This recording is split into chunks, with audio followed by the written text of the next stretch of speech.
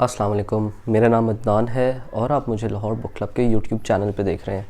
आज जिस बुक का मैं रिव्यू करने जा रहा हूँ वो किताब मुझे बहुत ज़्यादा पसंद नहीं है। यूजुअली आपने जितने मेरे रिव्यूज़ देखे होंगे या किरण के भी रिव्यूज़ देखे होंगे, उनमें हम किताबों की तारीफ़ें ही कर रहे होते हैं या अच्छी किताबों के बारे में बात कर रहे होते हैं, या इंटरेस्टिंग का वर्ड यूजुअली बहुत ज़्यादा यूज़ हो रहा होता है। तो आज जो बुक है मेरे पास, ये मुझे बहुत ज़्यादा पसंद नहीं है।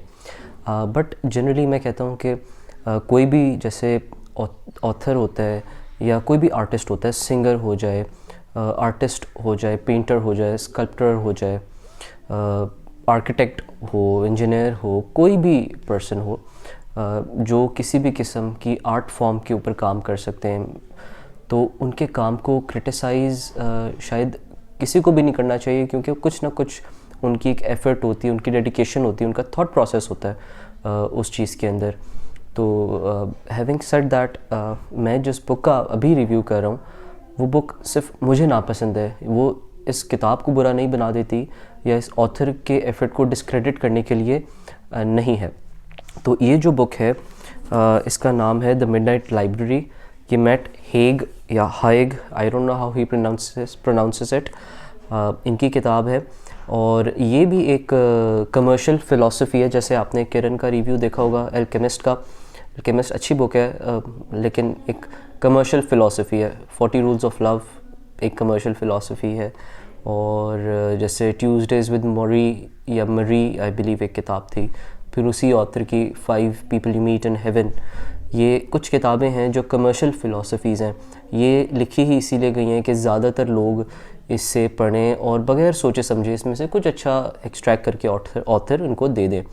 तो होता ये कि एक बस दिमाग में थॉट आती है किसी के, ये मेरी अगेन जो मैं बता रहा हूँ ये बिल्कुल सारी वही मेरा परसेप्शन है इस बुक के लिए। इस बुक को ये बुरा नहीं बनाता है, मैं दोबारा इस पर एम्फेसाइज़ करना चाहता हूँ। तो ऑथर के दिमाग में एक चीज़ आई कि जी अच्छा जी, जब बंदा मरता है तो उसके बाद वो जो बरज़ख पीरियड होता है वो एक लाइब्रेरी है उसकी, और लाइब्रेरी में अब एक there is a girl in this, वो अब अपने midlife crisis, midlife तो नहीं, maybe early midlife या बिल्कुल एक एडल्ट लाइफ क्राइसिस से गुजर रही है। एंड देन शी डाइज़, और वो जब वो मर के वो लाइब्रेरी में जाती है तो उसे पता चलता है कि वो अपनी ज़िंदगी से खुश नहीं है। तो इतनी सारी किताबें पढ़ी होती हैं और हर एक किताब पे उसकी ज़िंदगी का एक डिफरेंट वर्जन होता है। तो उसमें ऑथर एक फ़िलासफ़ी सेल करने की कोशिश कर रहे हैं डेस्टिनी की, ठीक है। अब जैसे इस ऑथर की जो इस मेन कैरेक्टर की जो एक वो होती है, एक कैट होती है, इट डाइज़, और वो अपने आप को ब्लेम कर रही होती है कि कैट की मैं देखभाल नहीं कर पाई इसीलिए मर गई।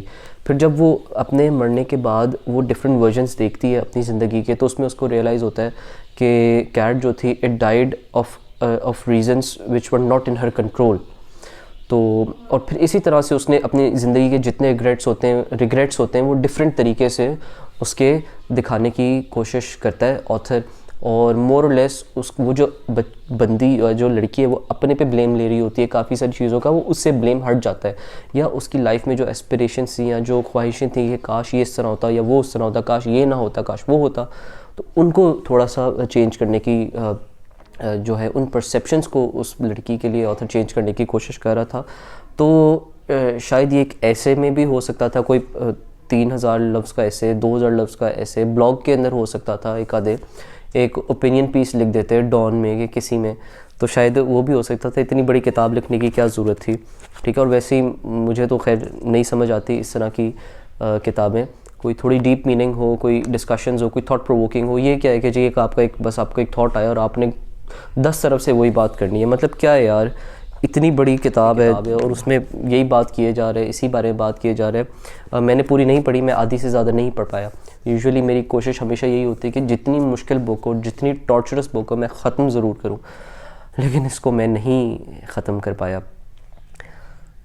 तो खैर ये आज का बुक रिव्यू था इस बुक के बारे में।